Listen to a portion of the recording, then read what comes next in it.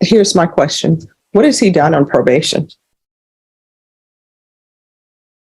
Well, the silence says it all. Watch what happens next when he got exposed. Court is calling 2017 CR 9032, State of Texas versus Alfonso Christopher Diaz. Could I have parties announced for the record for the state? For the state. Defense. Canton Longanchor for Mr. Diaz. Are you Alfonso Christopher Diaz? Yes, ma'am. Showing you what's entitled Motion to Enter Adjudication of Guilt and Revoke Community Supervision. Did you review that with your attorney? Did you understand it? Yes, I did. Are you the same Alfonso Christopher Diaz who was placed on deferred adjudication in 2017 CR 9032 for the offense of assault family second offense on September 26, 2017 for a period of 5 years? Is that you? Yes. State? Your Honor, in violation of Commission Number 2, on or about the first day of June 2021, in Bexar County, Texas, the defendant, Alfonso Christopher Diaz, did then and there fail to submit to drug testing as directed by the court officer, supervision officer, and or a duly authorized agent of the court in violation of Commission Number 2. Will you plead to that? True or not true? True. And Your Honor, we'll waive the remaining violations. Any objections to the state's waivers? No, Your Honor. Mr. Diaz, did you understand by pleading true to violation of condition number 2, the court could find it true, grant the motion, find you guilty, sentence you up to 10 years in prison and up to a $10,000 fine? Yes. Knowing that, do you still wish to plead true to violation of condition number 2? Yes. Court would find violation of condition number 2 true. Is there an agreement? Your Honor, we do have a good recommendation to enter an adjudication of guilt and to sentence Mr. Diaz to 2 years in the Texas Department of Elections. Is that the agreement? Your Honor, that is the agreement. Mr. Diaz, are you asking the court to follow that agreement? Yes. Are you waiving your right to appeal? Yes. All right, the court will follow your agreement. Yes. Excuse me. Your Honor, we would ask that Mr. Diaz be credited for all the time he has served in this case, which is quite a bit. I think it's 271 days. All right. So here's my question. What has he done on probation? Judge, he hadn't done much. To the court, I'm sure he's an absconder. Mr. Diaz felt he has mental health, serious mental health needs, resulting from severe head injuries. He felt he wasn't able to get the treatment he needed for it here in Bexar County. Well, I mean, not really, because counsel, I see that I've heard a previous motion to revoke for him. Now, mind you, this is from 2017. I know I wasn't on the bench on 2017, so I don't know what another judge did. But I know in this court, I always ask anybody, is there anything that they need that I haven't given them? Is there anything that probation is not doing that they feel that they haven't done? So if he didn't have mental health issues addressed, it's because he didn't ask for it. But we were here on April 28th for a violation of 5 and 15F. And I denied those motions, and I said he's enrolled in the BIPP within 10 days of release from custody. And he was allowed to work, and we were asking, and I put in GPS. So has he done anything since he's been on probation? No, Your Honor. He did not complete the BIPP. I believe he started the outpatient program. However, he was discharged unsuccessfully. No, we have not received any UAs from him. There has not been any payments for any type of fees. So he has done nothing. What have you done since you're on probation? Would you like to address the court? Yes. All right, I'm going to raise your right hand. The state is going to have a chance to question you. Do you solemnly swear or affirm the testimony you give will be the truth and nothing but the truth, so help you God? Yes, ma'am. All right, you can lower your hand, state your name for the record. Alfonso Diaz. All right, what have you done? I was constantly going, I did sign up for the BIP program, but they wouldn't let me go without a negative COVID test. I did test positive for COVID and did again the following month. And I did do all of the outpatient program, but I didn't submit a drug test. That's why I was discharged. No, as far as the ankle monitor, they wouldn't take it off of me because they wanted me to pay $200, but you waived the fees and they just wouldn't have it. Me and my probation officer were supposed to talk to you about that, and that never happened. So basically you have done nothing. Like the easiest thing to do is take a UA. You did not do that. Did you ever take a UA? No, All right. So that's something that's easy to do. Am I wrong in that assumption? you know, All right. Did you complete the BIPP course? no, I was never allowed in.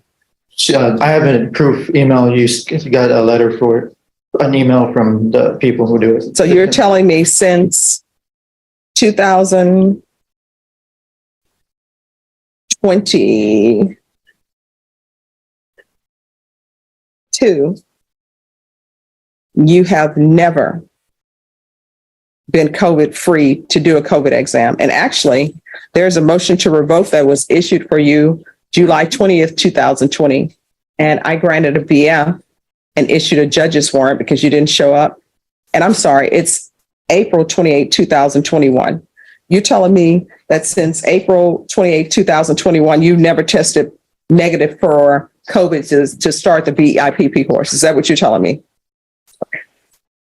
Judge, I have to say, I've never seen an MPR from 2021. The latest I've gotten is from 1920. No, he didn't. Here it is right here. I think you were not the attorney at that time. I believe you, Judge.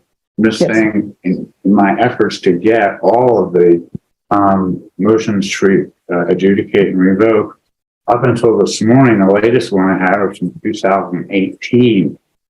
After being assured I'd gotten everything. Finally, this morning, your clerk handed me one dated from 2020, said, sure, me that was the last one. I have not seen them.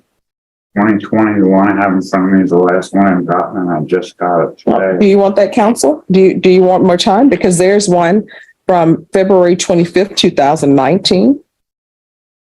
And on that motion to revoke, he was not revoked and he was told to do certain things. And from that, and then there's a violation report from 2017, which I didn't consider because I was not the judge at that time. Judge, I'm not sure it's necessary that I see them. What I do want to disagree with, if I may, is that your conclusion that he's done nothing.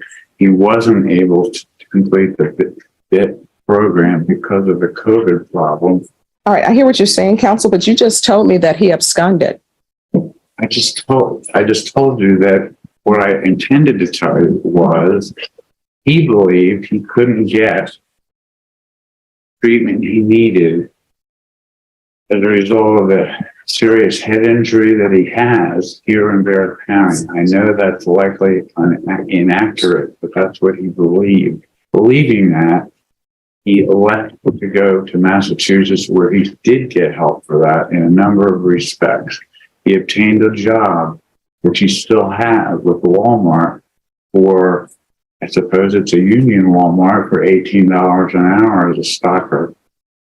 He has gotten counseling up All there. right, but we're in the middle of him testifying. So does anybody want to ask him some questions? Because before me, what I have right now is he's done nothing. I'll ask some questions. Sure. Mr. Diaz, where have you been living while you've been not reporting? For the last 3 months in Massachusetts and North Adams. What brought you to Massachusetts? To seek help because it's a Commonwealth state, and I was immediately getting help for mental, for my PTSD, and also I've been getting memory issues, so I decided to seek help for my for a neurologist. So, but that was 3 months. So where were you before that time? I was here. I was living in my apartment. I wasn't leaving. I had severe PTSD and severe anxiety, so I wasn't leaving home. What caused your PTSD? I was shot at when I was 14, and when I was arrested for the last MTR, I was arrested because I called the police. So I was shot at again. And when I was 17 years old here in Bear County, I was beat up while I was here before 17-year-olds were kept away from the general population. Okay, have you had any contact with the victim in this case, Molly? No, not sort of. No.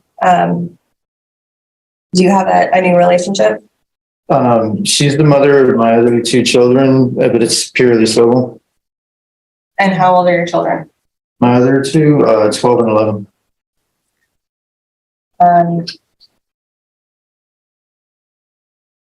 So you were in Bear County. Did you have a phone? No, I didn't. No. Did you have a job? I hadn't lost my job due to me staying inside it too. Due to what? Due to me staying inside, it was agoraphobia. I was afraid of going outside for any reason at all. So this is what I don't understand. One, these are some questions I have. The first one being, did he have permission to go to Massachusetts? I don't see anything in the system, anything such. So we have him going to another state without permission. Two, there's treatment for PTSD here. If it would have been asked for, I would have ordered it, and it's not here. Yeah. So that's a problem. So what I'm looking at is someone who has behaved as though they're not on probation. And now they're coming to me with excuses as to why I should give them a minimum. And he's had a motion to revoke in 2018. March 2nd, 2018, according to the docket sheet. Then he had another one in November 6th, 2018. And let's say that, I don't know, that judge was like, I'm not listening to you about what you need. I'm not saying that's true, but let's just assume that's true. He came back here July 20th, 2020. A warrant was issued for his arrest. Didn't see him back till April 28, 2021 to address the same allegations that were in the previous motions. And what did I do? I denied it, told him to roll and bip. And he's up here working at a grocery store at Walmart. Well, working at Walmart, I don't know if it's Super Walmart or not. Did you give them a COVID negative test? No. All right. So he is trying to tell me, and if this is not what you're telling me, let me know. It appears to me that you're trying to tell the court that you could not prepare or get a negative COVID test since April 28, 2021. And that's why you can't enroll in BIP. So are you telling me that you've had a positive COVID test since 2021? No. So he didn't do BIP. He hasn't reported. He left this, not just the county, he left the state without permission. And he's saying he has, PTSD and he can't leave his house, but he sure left his house to go to Massachusetts. I also left my apartment because there was construction and we got locked in. They lifted the building while we were still in it. So I had no choice but to leave that apartment and I had nowhere else to live. Yeah, but I mean, you left with all of your mental health issues that you're telling me that I don't have any documentation of. You left not only your apartment, but you left and went to an entire different state. Yes. And I'm not a psychologist or a psychiatrist, but I will tell you in undergrad, I took enough psychology courses where I could have majored in it, but I just chose not to because that wasn't a field I wanted to go in. So you're telling me you can't leave your house because of a mental health issue, but all of a sudden, not only do you leave your apartment, which I understand they closed it down, but you're able to get to another state. And how did you get to that other state? Did you take the bus? Did you take the plane? Drive. All right. So you drive to an entirely different state. And I'm sure from here to Massachusetts, there is no car that will take you there without stopping at a gas station to fill up. How many times did you stop at a gas station to fill up? I'm not exactly too sure every 300 miles, but I'm not the one who was getting out. All right. So you drove there with someone else? Yes, my wife. My kid. All right. So he's driving around with his children. So I can tell you right now, I'm not following this agreement because you have done nothing. And to receive the minimum for doing nothing would not be fair. It wouldn't be fair to you to teach you a lesson. It would not be justice. I understand that sometimes people have built a new life for themselves and they want to forget about the past and act as though that never existed, but it did exist. And you have done nothing. So I'm not giving him 2 years. All right, Your Honor. Even as a case, I've already canceled the witness I was gonna have testify this morning. Oh, no, he's already pled true. I'm going to sentence you to 3 years in the prison. Give you credit for any time served. There's an affirmative finding of family violence. Family's gonna be homeless if they do this.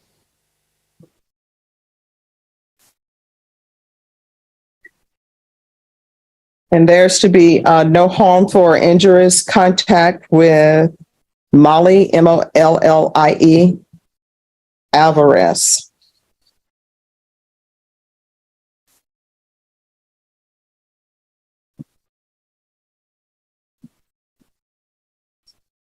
All right, I'm going to show you what's entitled Trial Court Certification of Defendant's Rights to Appeal. Did you review that with your attorney? Did you understand it? And did you sign it? He did, Your Honor, under the impression that his sentence is going to be 2 years. Well, no, because when I asked him, I said, do you understand by pleading true to violation of condition number 2, the court could sentence you up to 10 years in prison and up to a $10,000 fine? And he said, yes. So, because this is not a plea bargain agreement, you do have a limited right to appeal, and that right to appeal is as it relates to the allegations in the motion, not the fact that you were on deferred adjudication. Because this is an affirmative finding of family violence, and also because this is a felony conviction, you're not allowed to own or possess any weapons or ammunition. If you have a question over what a weapon or ammunition is, you'll need to speak to an attorney. Do you understand? All right, good luck to you. This courtroom moment follows Alfonso Christopher Diaz, who was originally given a second chance through deferred adjudication for family violence. But instead of following probation rules, he failed to submit drug tests, skipped required programs, and even left the state without permission. When he stood before Judge Boyd, she carefully questioned every excuse, from COVID claims to mental health struggles, and quickly noticed the gaps in his story. At times calm but clearly frustrated, Judge Boyd pointed out that the simplest requirements were ignored. Diaz tried to explain, but his answers only raised more concerns. In the end, Judge Boyd rejected the agreed deal and sentenced him to 3 years in prison, making it clear that doing nothing on probation comes with real consequences. Lucian Herbert Dardo Morales Obando. Good morning.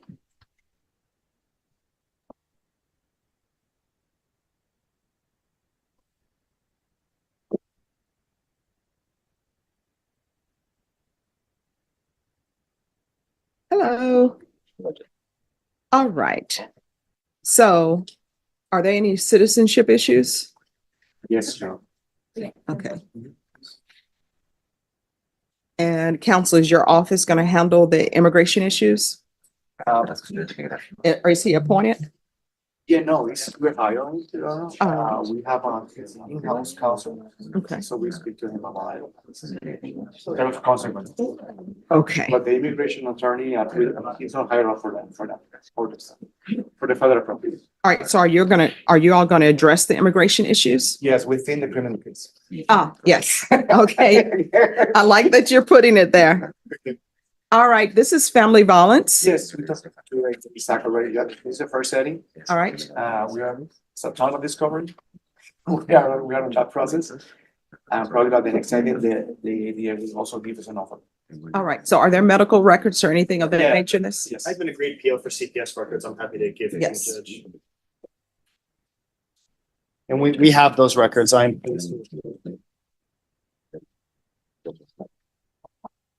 And counsel, if you'll sign. Yes, I will. I wanted to. All right, thank you. Yes, absolutely, Judge. Thank you very much. Sure. All right, and so the medical records state you're saying you have those? We have not spoken about medical records. All right, I can check the whole system to see if we have them, but we definitely talked about these. So I made sure to draft this up in the interim. all right. So Norma, on this case, can you recall it for discovery for July 8th?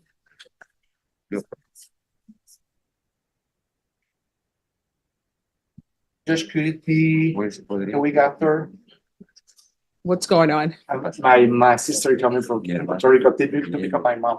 Oh, okay. All So right. actually, it could be on the week of the 22, Judge, any day would be perfect. All right, the week of the 15th? of the 22nd, that will be perfect. Just leave it that way and you know how it is. Okay. Take All it right. to the airport and something like that. Okay. Norma, put this on, July 22nd. Appreciate it. All right. And then state an offer will be due at that time as well. Okay, Judge, thank you very much. All right. Thanks. Yes, you're very welcome. Yes, good to see All you. right. Have a good day. Sure. Do you have any questions, sir? No, everything's fine. All right. Thank you. Thank you. Thank you, Judge. Good Have a seeing you. wonderful day, Judge. All right. You too.